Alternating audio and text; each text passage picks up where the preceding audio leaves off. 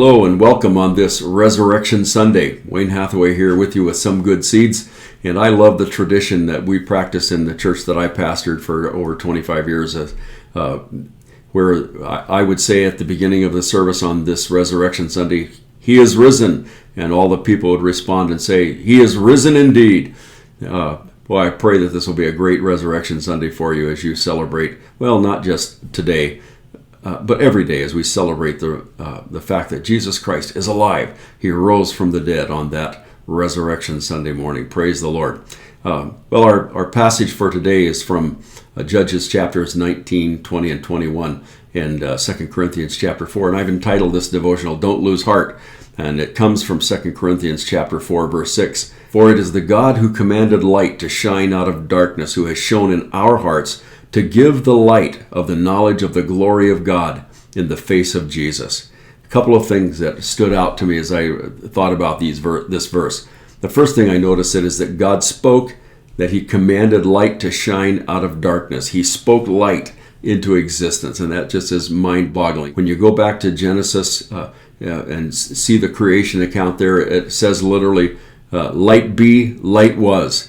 The power of God, the awesomeness of God. And when I think about that in terms of this great day that we celebrate the resurrection, that Jesus rose from the dead, and the power of the resurrection, and all the things that go on with that. So it's just an amazing thought. But then the realization came to me of the context of this verse, and it's so important.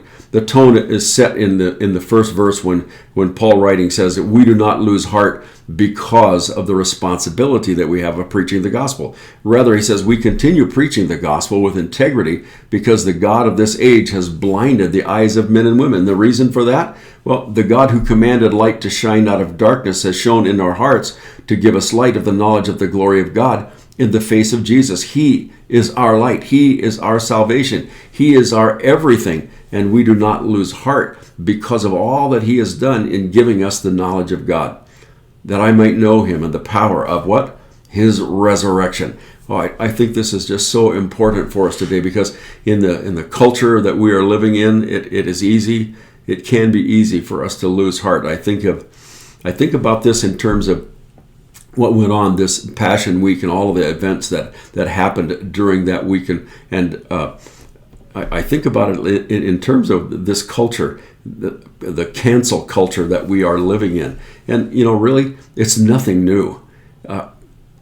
What is it that goes on with the cancel culture? Well, they just refuse to hear anything of truth, of any opposition. They try to put all opposition down so that their opinion, that which they want, the things that they want, are the things that are taken to heart, that are believed, and become the norm. That's nothing new, because what happened at the trial with Jesus, Pilate says, "Why? What has He done? What crime has He committed?" And they said they wouldn't have anything to do with it. In fact, they shouted Pilate down, "Crucify Him, crucify Him." And so cancel culture was already in full swing by that time.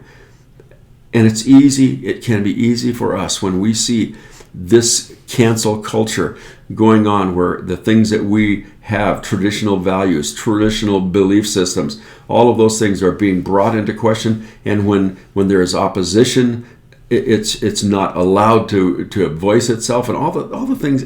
I don't have to go into all the detail about that, but here's the thing that happened. That cancel culture tried to shout down Pilate and the truth of who Jesus was. Here's your king, behold your king, crucify him, crucify him. They tried to get rid of that whole thing. But you know what happened? 3 days later, cancel culture got canceled. Praise the Lord. Jesus rose from the dead, ending all the doubt, ending all of the controversy, putting all of that to death, because He is alive, and it proves who He is, that He is God, the deity of Christ in question by the culture. But yet, what did Jesus do? He proved that He is very God, risen from the dead. And so today we celebrate that. We magnify the name of the Lord because He is God above all others. And there is no reason to lose heart, because even though the culture is denying all of these things as we live in this day and age, there's coming a day when Jesus Christ is going to rule and reign supreme. And there will be no cancel culture. There will be no shouting him down. There will be no twisting of the truth, but he will be all in all. And for 1,000 years, he is going to reign on this earth. And then at the end of that time, he's going to put all opposition to death finally and forever. And he will reign supreme, and truth will win out. Praise the name of the Lord. Well, what is truth? Pilate said. Jesus said, I am the way, the truth, and the life. In him we have life, and in him our hope is this morning. So I want to encourage you today. Don't lose heart. Even though we see all this stuff going on around us, the resurrection is a wonderful reminder to us that God is still on the throne, that he still has things in control, and that in the end, we are going to win. Praise the name of the Lord. Be encouraged today. May the Lord richly bless you.